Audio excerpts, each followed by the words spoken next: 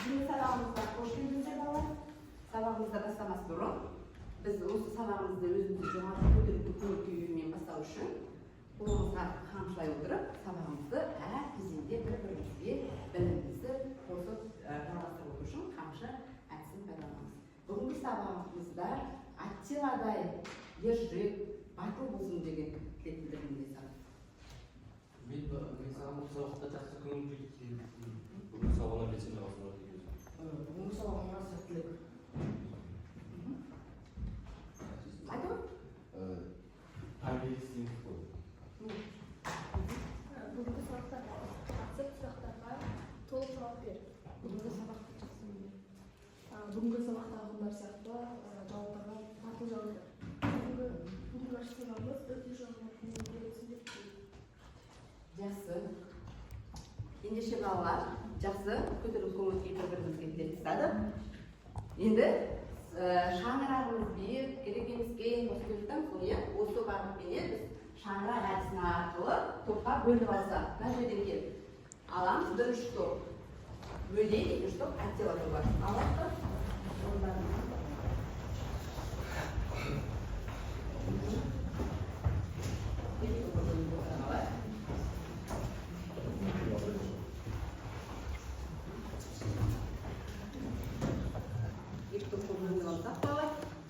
Енді біз мына сіздердің алдыңызда әрбір сабағымызды бағалау үшін еліміздің таңбасын қойдым. Бұл өзіндік талдау бағалау болады. Өз-өзімізді әрқайсымыз өзімізді талдау бағалап отырамыз. Және біз топ жетекшісінің аквариум әдісі арқылы қазір топ спикерін сайлап алсақ. Аквариум әдісі. Содан Эльмира, иә? Эльмира, мынау сізге топты қорытындылап бағалап отырсыз. Сіздер де солай әрбіреуіміз бірінші сатыдан алып алайық, өз-өзімізді бағалау. Одан кейін жаңағы спикеріміз топты солай бағалап отыратын боламыз. Жақсы, ендеше кезекті балалар. Ондағы қосадарына байланысты үй тапсырмасынан кезек берсек. Қайсы жоқ керек?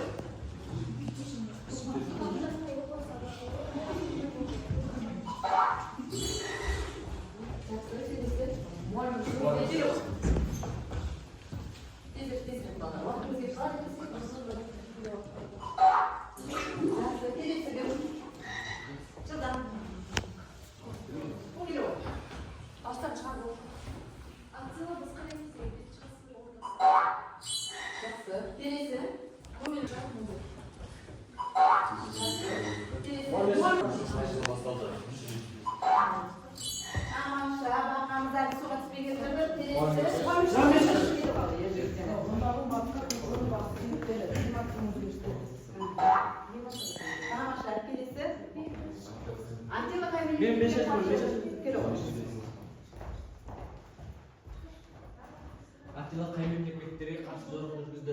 Еңбек бересіз. Келесі солтүстік құрлар батысқа қоныс аударған Солтүстік құрлар батысқа қоныс аударған аймақ. Келесі. Қайсысы?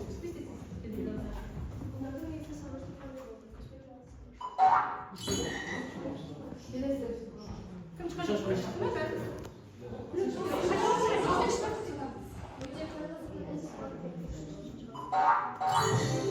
Тамаша, өзі құрбанғанымыз суға түспей, жаңа әдетіне, яғни мысалы үй тапсырмамызды тамаша жақсы оқып келген екенбіз дайындап отырды. Жақсы.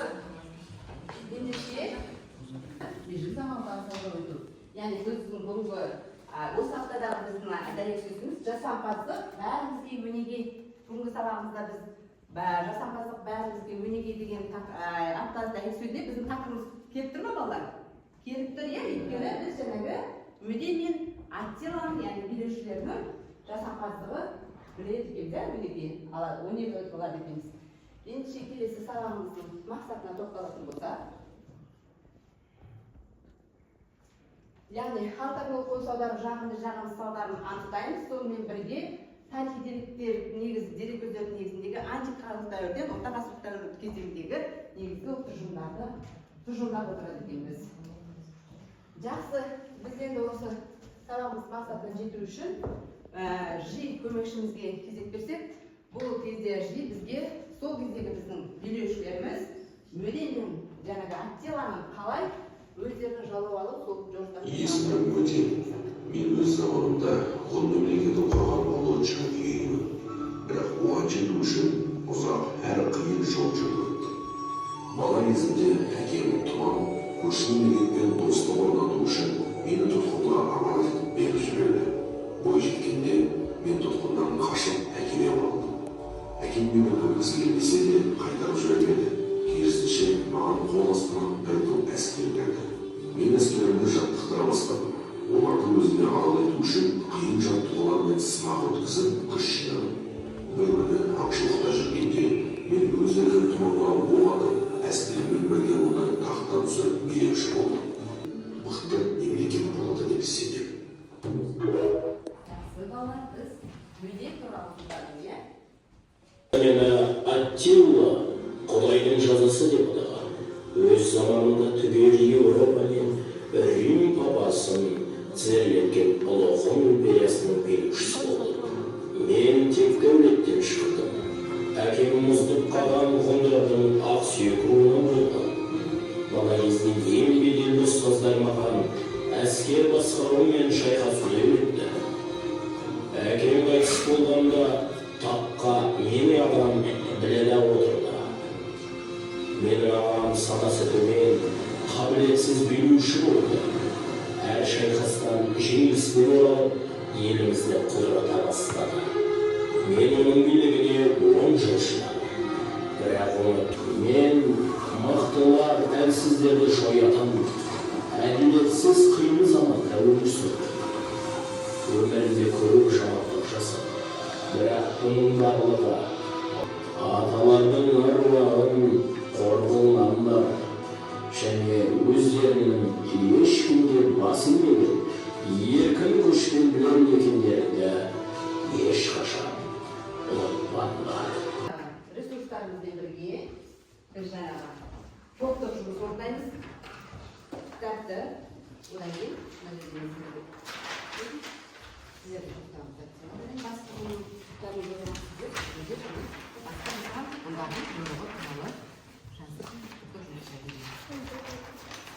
жаңағы бірінші интеграциялық бойынша бағалап қойдық өзіміз балалар. Жоқ, бағалап отырамыз. Кірсін онда. Ресурстарымызды пайдалануға болады.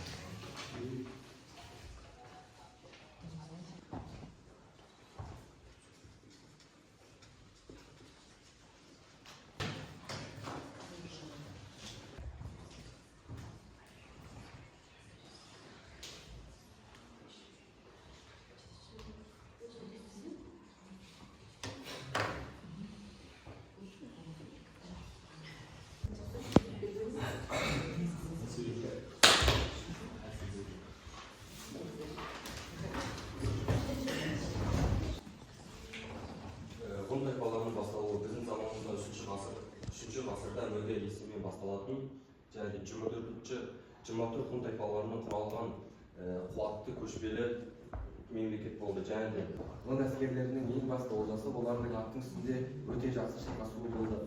Мөде Шәлиуді әкесі 5 жасында Қытайларға аманатқа беріп жіберді. Мөде Шәлиу ер жеткен соң өз еліне қайтып оралады. Бірақ әкесі оны көргісі келмесе де оның астына жасақ жасап береді. Мөде Шәлиу өз әскерін дайындап, өзіне адал болу үшін өте қиын жаттығулар жасатқызады. Содан Мөде Шәлиу аңға шығып жүріп, өз әкесін оқпен атып өлтіріп, әкесін тақтан түсіреді. Ғұндардың батысқа жағы 345 жылы олардың Европаға басып кіріп, соғыс ашумен басталады. Және бұл халықтардың ұлы қоныс аудару деп аталады. Және 4-ші ғасырдың аяғында ғұн тайпалары Европадағы аса ауқымды саяси күшке айналады. Және олар ат үстінде шабуыл жасау және жылдам қозғалу тактикасы олардың басты артықшылықтары болады. Және ол артықшылықтары Еуропада олар үстемдік құруға көптеген мүмкіндік болады. Қысқа қарай жасаған жорығы 4-ші ғасырдың аяғында басталды және де олар орталық Азиядан Еуропаға қарай жылжыды және де бұндардан қорыққан готтар өз жерлерін тастап Рим империясына қоныс аударды. Ол бұлардың Рим империясына қоныс аударғаны Рим империясына ауырлық тудырды. Себебі Рим империясына көп елдер кіріп кетті. Ғұндардың Рим империясына тайпа ауыстырғанның себебі басқа елдерге де тайпа ауыстыруға болды және де ғұндардың тайпа ауыстыруының себептері бірнеше факторлармен байланысты болды. Ол климаттық өзгеріске байланысты болды және де малдардың таралуына және де тайпа ауыстыруына әкеліп соқты. Және екіншіден әлеуметтік экономикалық себептер болды. Яғни варвар тайпалардың халық санының көбеюі және ол жерде мал шаруашылығының одан сайын даму түсуі олардың жаңа жер іздеуге себепші болды. Және ғұн тайпалар үшін және басқа да тайпалар үшін Еуропаның аса құнарлы бай жері оларға өте қажетті болды. Сол үшін олар осылай шабуыл жасай түсті. Және осындай көптеген шабуылдардың нәтижесінде құл иеленушілік жүйе жойыла бастады және оның орнына феодалдық қатынастар орнай бастады. Және ол антикалық дәуірдің аяқталып, орта ғасырлық дәуірдің басталуына бірден бір себепші оқиғалардың бірі болды.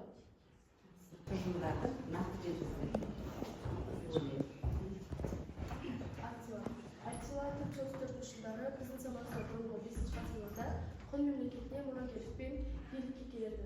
Және оны қатарластары оны құдайдың қарсы деп атаған.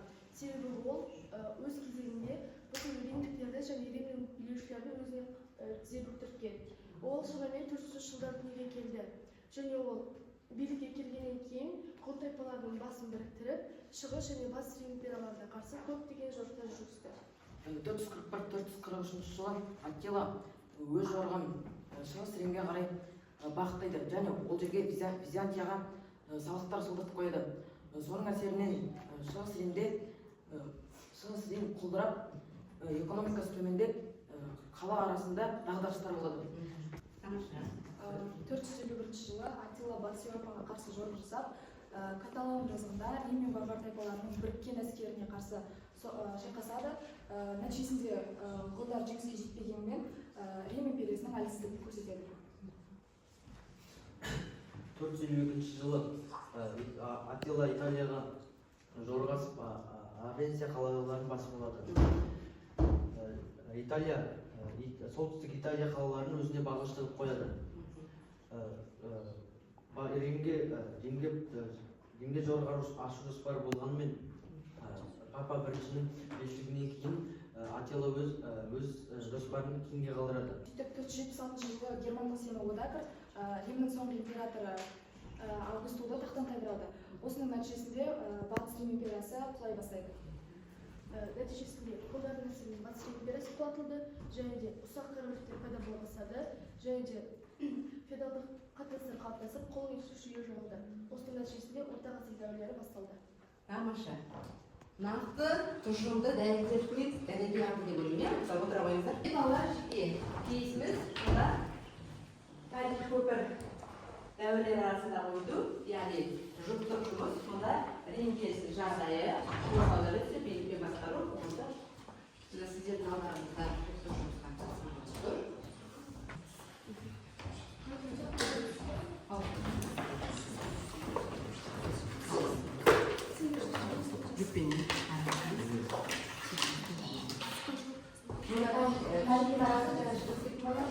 Жақты талдау, яғни жағымды жағымсыз талдарын, бұл қосаудардың тарихи Еуропаның екі жақты әсер етті. Бір жағынан өзі көптеген қиындықтар мен террорларға әкелсе, екінші жағынан жаңа мәдениеттер мен мемлекеттердің жол ашты.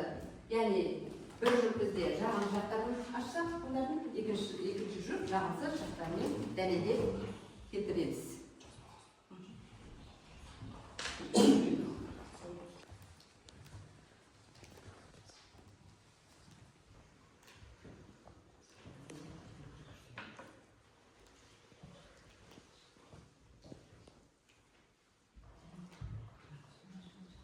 Жолы болушылықтың жағымсыз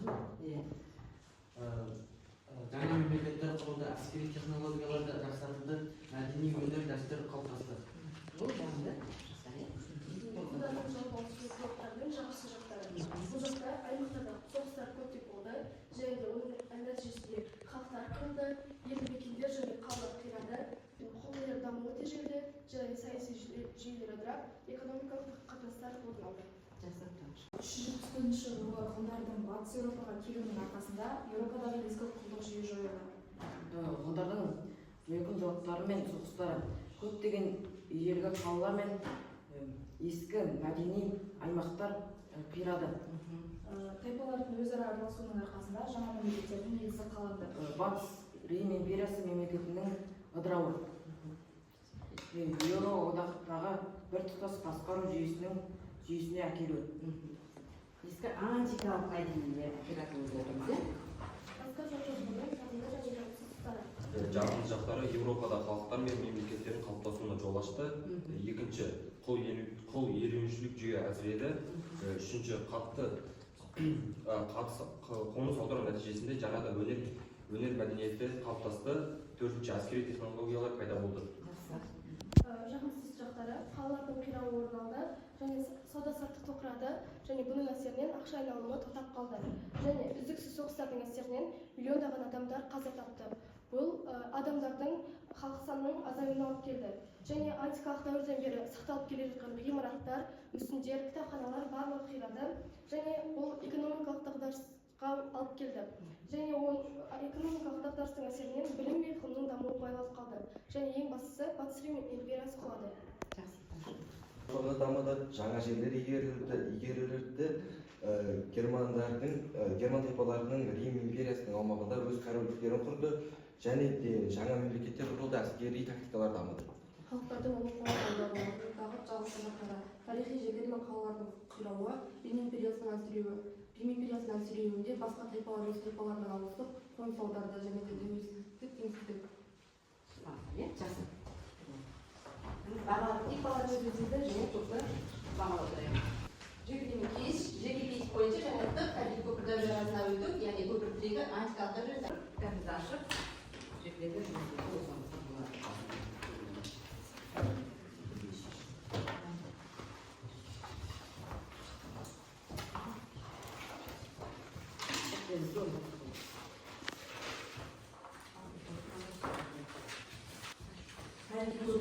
Арасындағы өту, оларды тез өзіміздің жаңағы ойымызды қорқылап шығыстар ашып келмейді.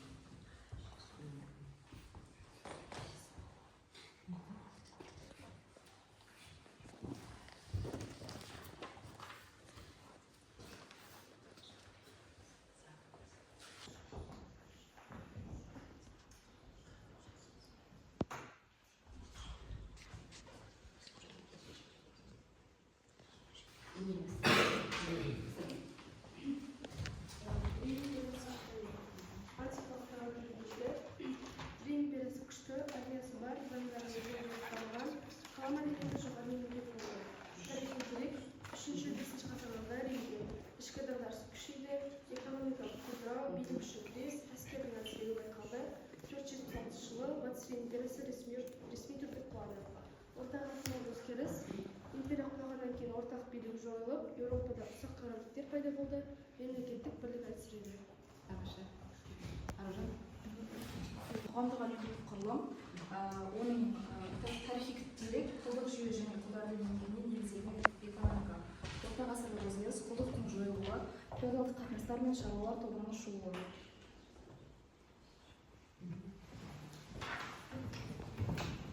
Антикалық дәуірдегі белгі қуатты мемлекет, дамыған қала мәдениеті, тарихи дерек. 5 ғасырда Батыс Рим империясы әлсіреп 476 жылы құлады. Орта ғасырларға өзгеріс, орта ғасырлық билік жойылып, ұсақ корольдіктер құрылды. Биліктің басқару. Антикалық дәуірдегі белгі римдік императорлық билік пен құқықтық жүйе. Орта ғасырлық өзгеріс. Варварлық корольдіктер мен әскери көсемдер билігінің орнауы. Варвар тайпалар қысым жасады. Тарихи дерек 4-5 ғасырда ғұндар, гаттар, вандалдар қоныс аударды. Орталық ғасырлық өзгеріс, варвар корольдіктері пайда болуы. тарихи дерек ғылымның басқа жолдары Рим империясын әсіретті. Империя ішкі басқару жүйесін ұстап тұра алмады. Орта ғасырлық өзгеріс, орталық билік әсіреді. Оның орнына тайпалық белсенділер мен корольдер билігі қалыптасты. Орта ғасырларда феодалдық басқару жүйесі пайда болды. 375 жылы ғұн тайпалары Европаға басып кіріп, соғыстар жүргізді. Бұл халықтардың ұлы қоныс аударуының басталуына себеп болды. Олардың негізгі себептері климаттың өзгеруі, халық санының көбеюі. Тарихи деректерде қалалардың қирауы, халықтың айсайуы туралы жиі айтылады. Археологиялық қазулардан табылған қару-жарақтар, қоныстар тайпалардың жаппай қозғалысын дәлелдейді. Орта ғасырлық кезеңдегі өзгерістер. Батыс Рим империясы құлағаннан кейін варварлық корольдіктер құрылды, құл иеленушілік жүйе жойылып, феодалдық қатынастар пайда болды, қалалар азайып, ауылдық өмір басым болды. Ғасырлық өзгеріс феодалдық қоғам қалыптасты, шаруалар тәуелді болды. Болды. Жастатамыз 10-ші өз-өзіміз бағалаумен сабағымыз қорытындылай келе бағалау сандай ойдан шығарса, қорытынды бағаларымызға.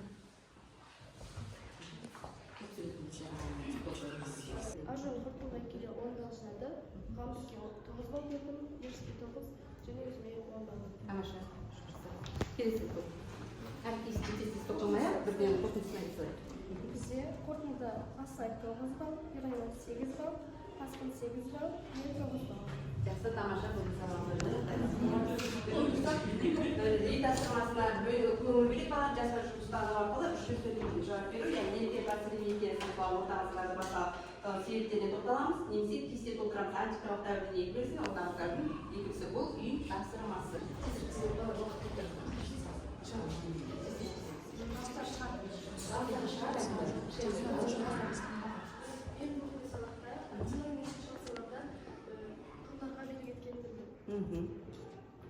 Бағаладық, мен ғұн тайпаларының және Аттиланың ерлігін бағаладым. Қорытындылай келе, Еуропаға ғұндарды қалай басталғанын және орта ғасыр дәуірі қалай басталғанын білдім. Жақсы. Мен білдім, Аттиланың қай ғасырда өмір сүргенін білдім, және қай жаққа соғыс ашқанын білдім. Жорық жасадым. Бағаладық. Мен Аттиланың жорықтарын бағаладым. Және қорытындылай келе, мен Аттила туралы көптіктер білдім. Мен білдім, Аттиланың қай жерге жорықсап, оның батылдығы туралы білдім. Ал бағаладым оның ақылдылығын, қаншалықты мықты екенін, ержүректігін бағаладым. Мен осы сабақта осының бәрін біліп, ары қарай дамытуды үйрендім. Жақсы. Келесі.